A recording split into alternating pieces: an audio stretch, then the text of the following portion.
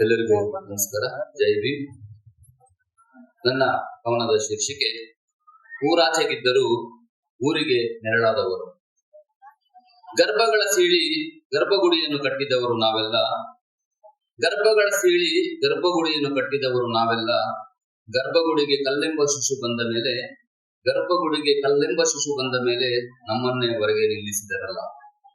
ಅಸ್ಪೃಶ್ಯರಿಗೆ ಅಕ್ಷರ ಹೇಳಿಕೊಡಲು ಸರಸ್ವತಿ ಗಣಪ ಬರಲಿಲ್ಲ.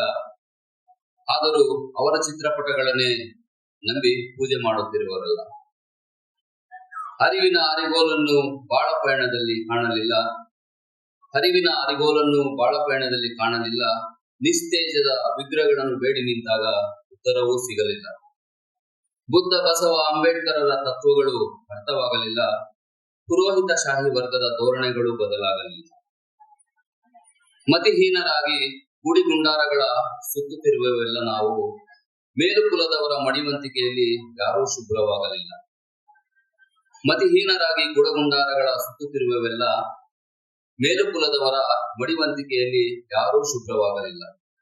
ಅಕ್ಷರ ಕಲಿತ ಬಂಧುಗಳೆಲ್ಲ ಚೈತನ್ಯ ತುಂಬಲಾಗಲಿಲ್ಲ.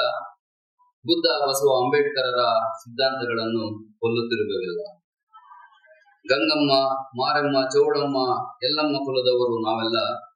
ದಶಾವತಾರಗಳ ನಂಬಿ ಕುಲಗೆಟ್ಟು ಹೋಗಿಹೆವು ನಾವೆಲ್ಲ. ಮಾತಂಗ ಪರ್ವತಾದಿಯಾಗಿ ಜಂಬೂ ದ್ವೀಪವು ನಮ್ಮದೇ, ಮಾತಂಗ ಪರ್ವತಾದಿಯಾಗಿ ಜಂಬೂ ದ್ವೀಪವು ನಮ್ಮದೇ. ನಿಲ್ಲಲು ನೆಲೆಯಿಲ್ಲದೆ ಊರಾಚೆಗಿದ್ದು ಊರಿಗೆ ನೆರಳಾದವರು ನಾವೇ. ಬಿಳಿ ಮೋಡಗಳ ಹಂಚಿನಲ್ಲಿ ಸಾಲುಗಟ್ಟಿದ ಬೆಳ್ಳಕ್ಕಿಗಳಂತೆ, ಬಿಳಿ ಮೋಡಗಳ ಹಂಚಿನಲ್ಲಿ ಸಾಲುಗಟ್ಟಿದ ಬೆಳ್ಳಕ್ಕಿಗಳಂತೆ, ಬೆಳಕು ಕಾಣದ ಸುರುಗಳಲ್ಲಿ ಮಿಣುಕಾಡುತ್ತಿರುವ ಹಣತೆಗಳು ನಾವು. ಒಡನಾಟಗಳಿಲ್ಲದ ಬಂಧನಗಳಲ್ಲಿ ಮೂಕ ಪಕ್ಷಿಗಳಾಗಿ ಹೂವು, ಮೌನವಾಗಿ ಕೊಲ್ಲುತ್ತಿರುವ ಹುಚ್ಚರ ಸಂತೆಯಲ್ಲಿ ಬದುಕಲಾರದೆ ಉಳಿದಿರು. ನಮಸ್ಕಾರ.